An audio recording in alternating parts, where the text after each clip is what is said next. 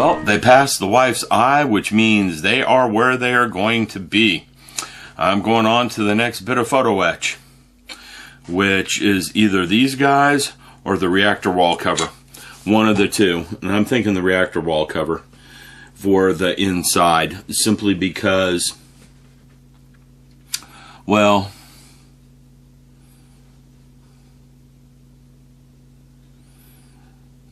it's going to be time consuming, and I don't have to remove any surface detail.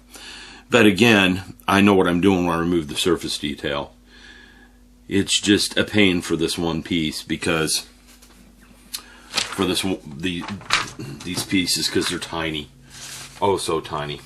Anyhow, I'll be back with anything fun. All right, everyone. We're talking about the figure.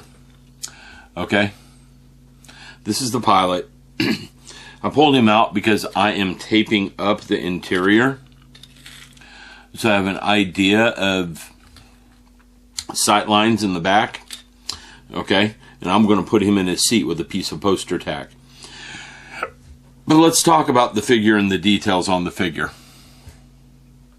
Now, this is much better than the old MPC Darth Vader kit, because Darth Vader TIE Fighter, the Darth Vader who came in that looked like he was squatting on the toilet, okay, and having a hard time of it. The problem with this guy is there is a mold line that runs right along his arms, along his boots, up over his helmet, and down the other side, and I want to remove that mold line. I'm just doing it by taking one of these little standing sticks I got at Hobby Lobby and just lightly sanding, and for the most part you can see it's already gone off his boot on this side.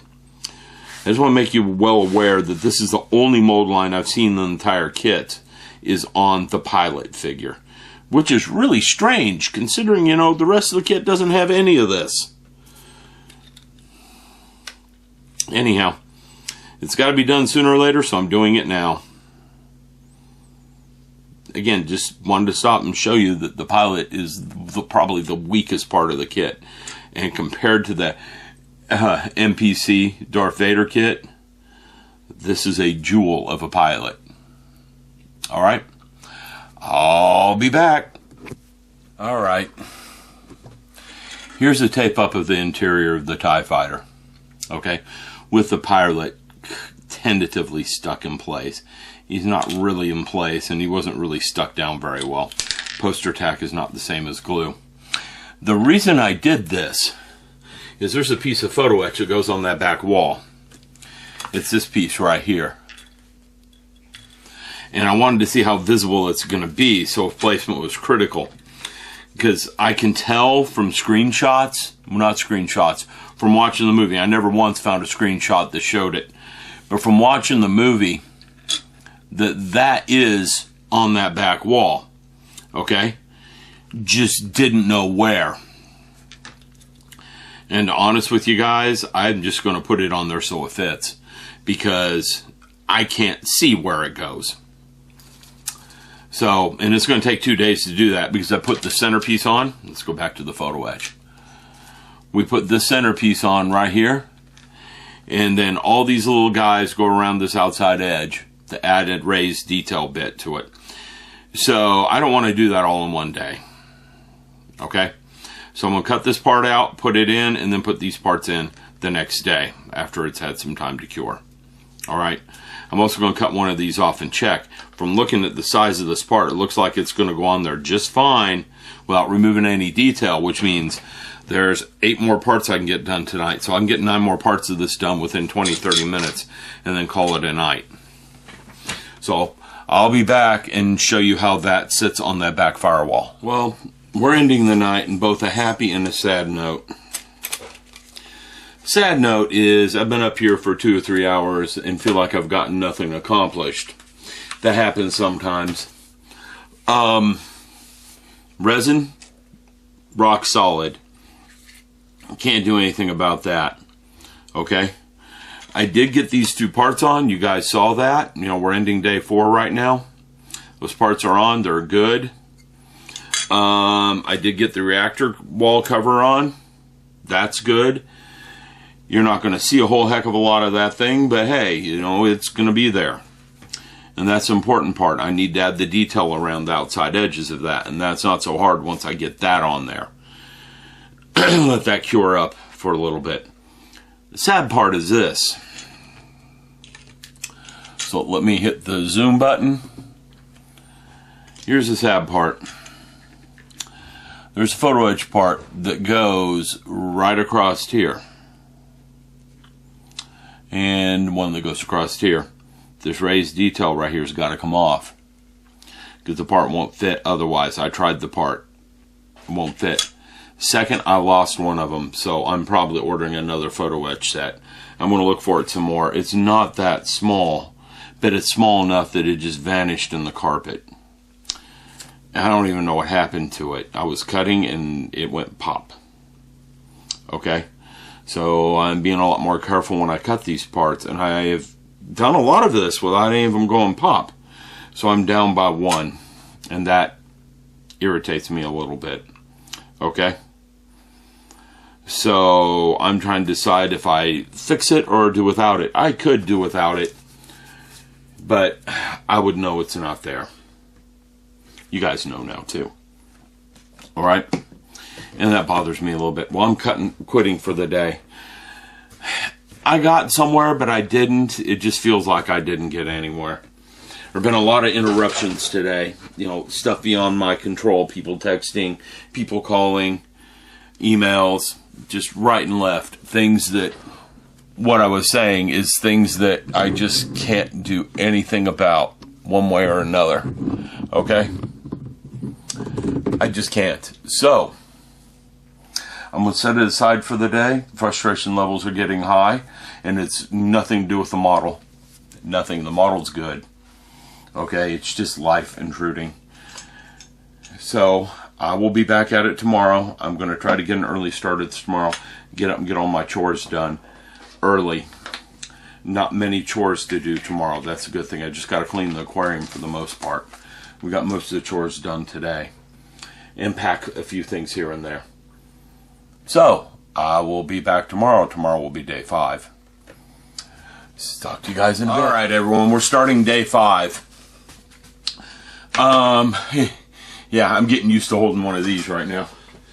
Because the movers come on Thursday to empty out all the unnecessaries for listing the house. I know we got bad lighting right now. It won't last very long. It's because it's bright outside and the lights in here haven't come up yet. Fluorescent lights like to take a bit to come up. I went and got some more casting resin. This is not polyester. The other one was polyester. So this looks like it's completely 2-part. It's clear. I'm going to read the directions. It says measure equal amounts of the resin and hardener, then mix. Add colorants, granite powders, or found objects. Pour in a mold. Allow to cure. Remove from mold. Now, the thing is, I don't need much in the way of resin. So, I'm liable to get a couple eyedroppers and mix it with eyedroppers. Because this isn't a big mold. Okay? That is not a very big mold, so I don't need too much of it. I'm probably going to regret how I'm molding this, but that's beside the point. We will see. We're going to give it a test shot. I bought a mixing cup, but you know, I'm not mixing that much of this stuff. Let me look and see what these mixing cups say. Milliliters on one side, ounces on the other. 2 ounces is far more than I need. I only need an ounce. An ounce is probably more than I need. So I better had come up with something to make with my extra ounce. And I'm going to do that real quick. Ooh. Just thought of something. I'll just pour it in one of these. Let me spray some mold release on this. Wherever I put that mold release. I'll find it in a minute. But anyhow, I'm going to do some mixing. I also found a touch and flow glue system. I know some of you guys have used this. I'm going to find out how good it is. It was cheap, so I bought it. It was on discount sale. So let me get started on stuff. There's the mold release. So I'll just pour the extra in here, so I will get like a little rounded thing, you know, instead of wasting it. And let me get going, because I want to see how this works. This is the first try of this. I've got 16 ounces of this stuff. Okay? 16 ounces of the clear cast, easy cast, clear cast resin. Basically epoxy. Let's be honest here. 16 ounces of that, which means I can probably make 20 of these. Being 100% honest with all of you. Alright, I'm going to get going instead of rambling, because I have a habit of doing that. Alright everyone, I got my resin mixed up. The coloring did not go uniform throughout it. It's still wet. Has almost no bubbles to it though. That's a happy thought. I don't know how long this is going to take to cure. There's one bubble and I'm getting that bubble out right now. Bubble's also on the edge in the back, so who really cares? Honestly. There it went. One more. Come out of there. Most of the bubbles are gone. And that's one of the problems with resin you have to watch for is bubbles. I'm not doing a complex, crazy thick mold either. I might have to later if this doesn't work. I know I'm going to have to cast at least 2 more. This dye is for polyester resin. This is epoxy resin. So, yeah, no good. I'm going to go down and get some food coloring in a little bit and try it with the red food coloring. I got nothing to lose because I got more than enough of this stuff for what my purposes are. Anyhow, we're going to let that cure up for a couple hours and see what happens, okay? Happy thought, I was missing a brass piece. Guess what? I found it on the floor. My floor up here, we call it the clown vomit rug because, well, it's multicolored and bright multicolored. I mean, just like clown vomit would be.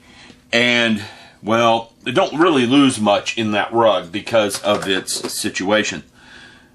Well, I tried the vacuum cleaner cleanup thing yesterday. I tried all sorts of stuff and couldn't find the part. I looked down today in the glit in the sunlight and found it. My missing part is in the cup and it's going in the storage box. So there you go. I got my missing part. I'm ready to go on that. Not for a little bit. I've got some other stuff to do. Movers are coming on Thursday, and most of the furniture is going out of this room on Thursday, which means I have to really condense down all my tools and supplies because they got to fit in a closet. So when we show the house, people don't see any of this. They just walk in and they see this desk that I'm sitting at in the spray booth. That's all that's going to be in this room. Okay? And I know that the real estate guy is going to say, get that spray booth out, but I got to have the spray booth in order to paint things. I can't just repaint stuff. That gets paint dust everywhere, and this prevents that. So I'm going to work on some other stuff real quick while I let this resin cure. That's more of a test piece anyhow to see if this is even feasible. Because if it's feasible, then I'm on the right track. And I know how much to mix right now, too. That's the other happy thought. And just knowing those two things is what I really need to do. Also, since this is clear resin, you know, I could... Seriously, people, that's just basically epoxy. Just clear epoxy. Well, what is this stuff? Okay, this is clear epoxy. Well, it's not completely clear because one's yellow, so you know which one's which. They just didn't put the yellow dye in there. But I bet I could tint this kind of red. We'll see. But if you're ever thinking about casting something, I bet that stuff works. Just saying. Anyhow, I'm going to get busy on packing. I will be back in a little while. Hello, everyone. We're still on day 5. It's been a few hours. I've been working on other things. I made a mold. It's sitting here. that takes 24 hours to cure. For a soft cure, 72 hours would be a full cure. And I touched it and got fingerprints on it. I didn't put the resin deep enough, I think, so there's a spot in the center. But that red color just wouldn't work anyhow, so I'm going to go ahead and let that cure and see what happens. Okay? There's no point in that. I'm going to work on photo etch on the TIE Fighter for a little while. I've got about 45 minutes to work. What I'm going to do is work on part number 33, if you can see it on there. And there's folding of that photo etch as I work it. And I have to remove surface detail to put it down. This is the one where I lost the little piece. So that's what I'm doing for a little bit, okay? I don't know if you guys can notice behind me, but the cabinets, the bookcases are empty now. We're moving out of here, so everything's getting emptied. And that's what I've been working on today, is getting this room done. We're about 80% done in this room, and I have tomorrow to finish the other 20% because the movers are coming tomorrow, Thursday morning, to empty the house so we can list it. And we want it listed by Monday at the latest. So there's that right there. Most likely we're listing it over the weekend. Anyhow, this is letting you guys know what's up. Oh boy, there's sticky stuff all over the outside of that. Let me get going on this. I'm going to show you any pertinent stuff, like always. I'll stop if I have to. If I don't have to, I'm just going to keep working. Okay? You guys get to see any troublesome or anything else. But I'm working on part number 32. I'll show you where it goes after I put a few on. Just so you can see. There are 8 of them. And again, surface detail must be removed to install them. I got my yellow board. I got my knives. I have my subway tile, which I'm not digging too much. And I've got 2 of them already removed. So I'm going to remove surface detail first and then do these 2 parts. Okay, one of them's already bent properly and one is not. I have to find my bender again. It's here. I got it. So I got all my supplies out and ready to go. Okay? So, again, I will stop if anything pertinent comes up.